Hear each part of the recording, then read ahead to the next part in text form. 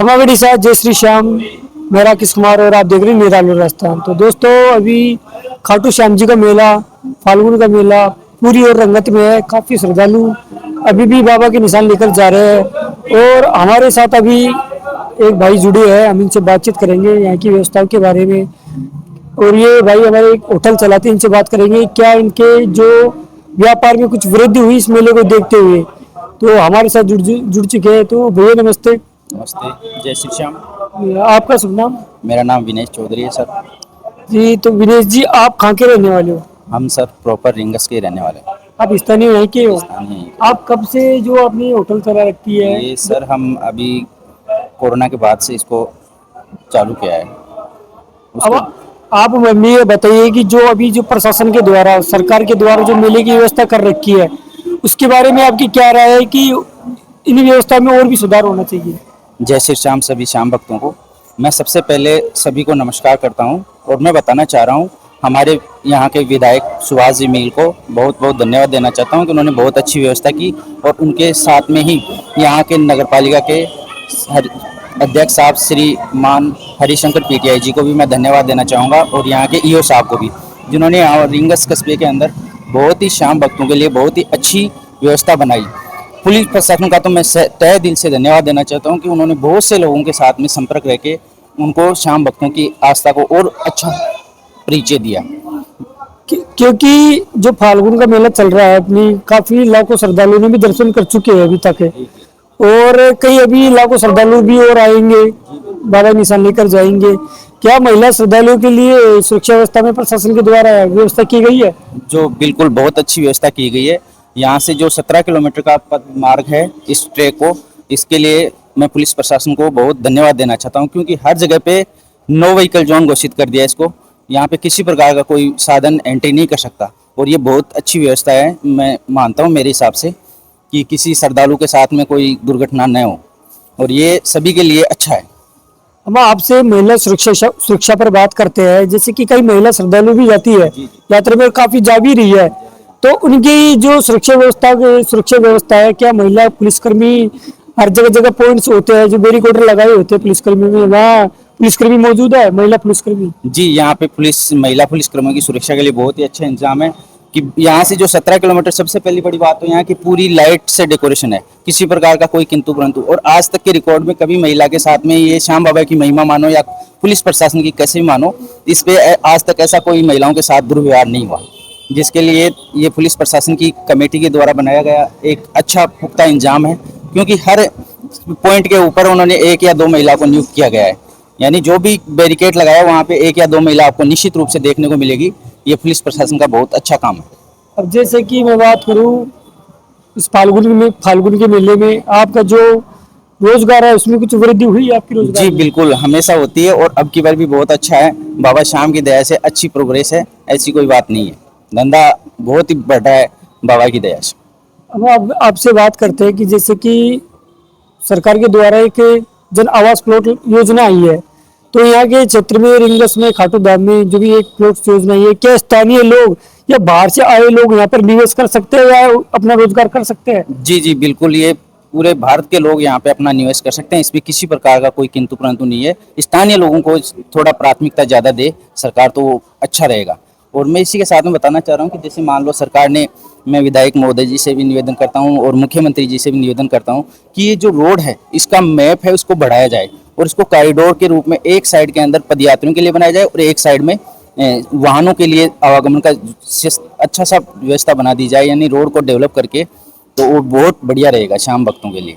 विनेश जी आपने बताया कि जो श्रद्धालु जाते हैं उनके लिए अलग से, जो श्रद्धालु उनके लिए वो पगडंडी बनती है वो होनी चाहिए अलग से, और रोड का जो चौड़ीकरण होना चाहिए। बिल्कुल चौड़ीकरण होना चाहिए, मिनिमम 4 लेन तो इसको होना ही चाहिए, 4 लेन ताकि हाँ, ताकि वन वे इसको मतलब ट्रैक जाता रहे, भीड़ भी रहे तो भी एक तरफ से यातायात जाए तो किसी प्रकार की यात्रियों को परेशानी नहीं हो। जो व्हीकल से दूर दूर से लोग आते हैं उनको साधन में भी किसी प्रकार की कोई परेशानी, इसकी वजह से कई बार क्या होते हैं साधन जाम में फंस जाते हैं और परेशान हो जाते हैं, वो बेचारे किसी दूसरे रास्ते की तरफ भटक जाते हैं और गलत ट्रैक पे चले जाते हैं, काफी समय लग जाता है। अभी खाटू धाम में जो कि इस मेले को देखते हुए वीआईपी दर्शन बंद कर दिया, आपको पता होगा।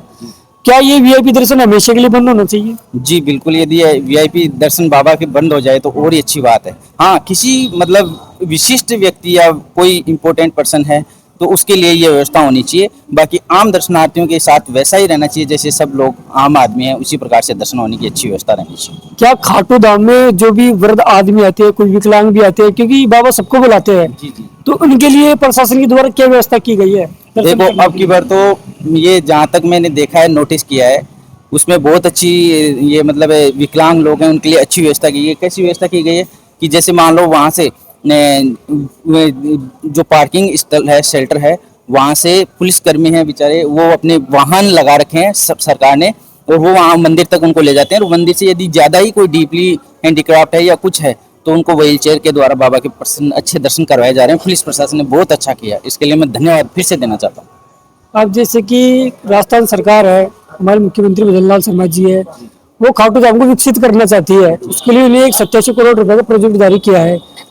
क्या खाटू धाम में क्या क्या विकास के काम होने चाहिए खाटू धाम में? देखो सर, खाटू श्याम में एक धार्मिक पर्यटक के रूप में बहुत तीव्र उभरता हुआ है इस प्रेजेंट टाइम के अंदर, और इसको सरकार यदि और चाहे तो इसके ऊपर और ज़्यादा डेवलप हो तो कम से कम भी यहाँ पे 10-15 लाख लोगों को रोजगार के अवसर होंगे। और कुछ बाहर के लोग हैं यहाँ पे बहुत ज़्यादा इन्वेस्टमेंट कर रहे हैं, उनको यदि प्रोत्साहित करे तो यहाँ पे और भी ज़्यादा रोजगार के अवसर बन सकते हैं।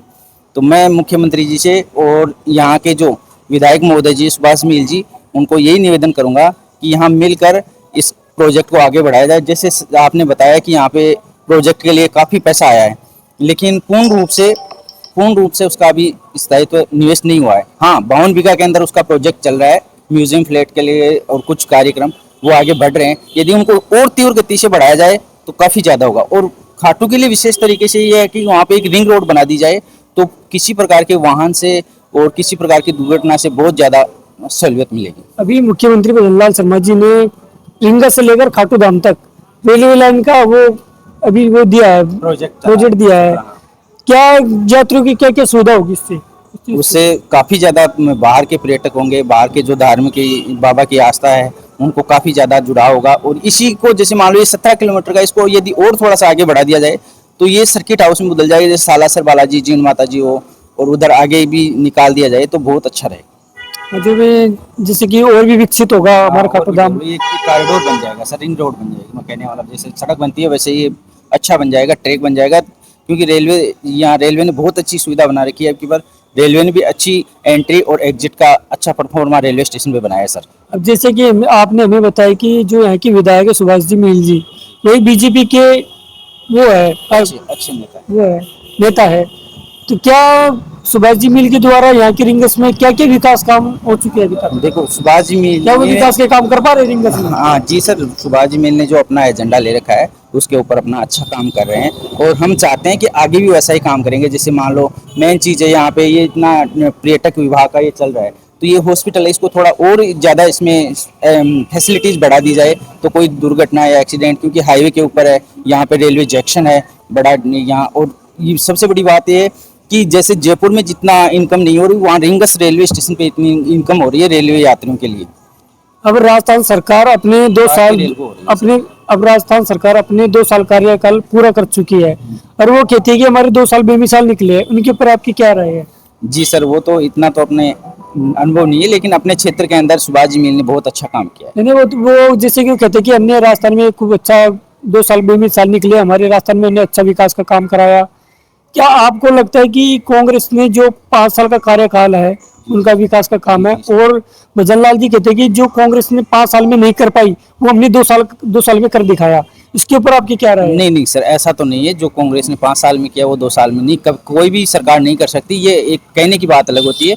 बाकी हाँ, वास्तविक तरीके से सही है कि थोड़ा करप्ट कम हुआ है और थोड़ी कुछ फैसिलिटीज बढ़ी है, जैसे टूरिस्ट प्लेस धार्मिक स्थान के अंदर बीजेपी सरकार में बढ़ा है। इस बात के लिए तो मैं सहमत हूँ। जैसे कि धार्मिक पर्यटन स्थल और जो भी कुछ धार्मिक मंदिर हुए, राजस्थान पर्यटन क्षेत्र में भाजपा सरकार अच्छा विकास का काम करा पा रही है। और जैसे कि अभी आपने बताया कि जो कई बेरोजगारी युवा रहते हैं, बेरोजगारी के ऊपर बात करूँ आपसे, कांग्रेस के का शासनकाल में क्या पेपर लीक होते थे, तो भजनलाल जी कहते हैं कि हमने पेपर लीक रोक दिए, पेपर लीक पे हमने लगाम लगाई है, इनके ऊपर आप क्या कहना चाहोगे इनके ऊपर? जी सर, देखो ये करप्शन का मामला है, इसके अंदर हम इन्वॉल्व नहीं होना चाहते। यह है कि बेरोजगारी है, बेरोजगारी को एक इसी माध्यम से कंट्रोल किया जा सकता है कि रोजगार के अवसर बढ़ाए जाए प्राइवेट, क्योंकि सरकार के पास में इतने माध्यम नहीं कि हर आदमी को गवर्नमेंट नौकरी दी जाए। लेकिन उसके लिए एक अच्छा पहलू है कि धार्मिक स्थान पर कुछ प्रोजेक्ट ऐसे लगाए जाएं कि रोजगार के अवसर बढ़े, या प्राइवेट सेक्टर के अंदर भी मतलब लिमिटेड बना के सरकार अपने ओर से छात्रों को या बच्चों को, नौजवानों को रोजगार के अवसर उपलब्ध कराए और जितना हो सके उतने सरकारी जॉब निकले, ये हमारी अपेक्षा है।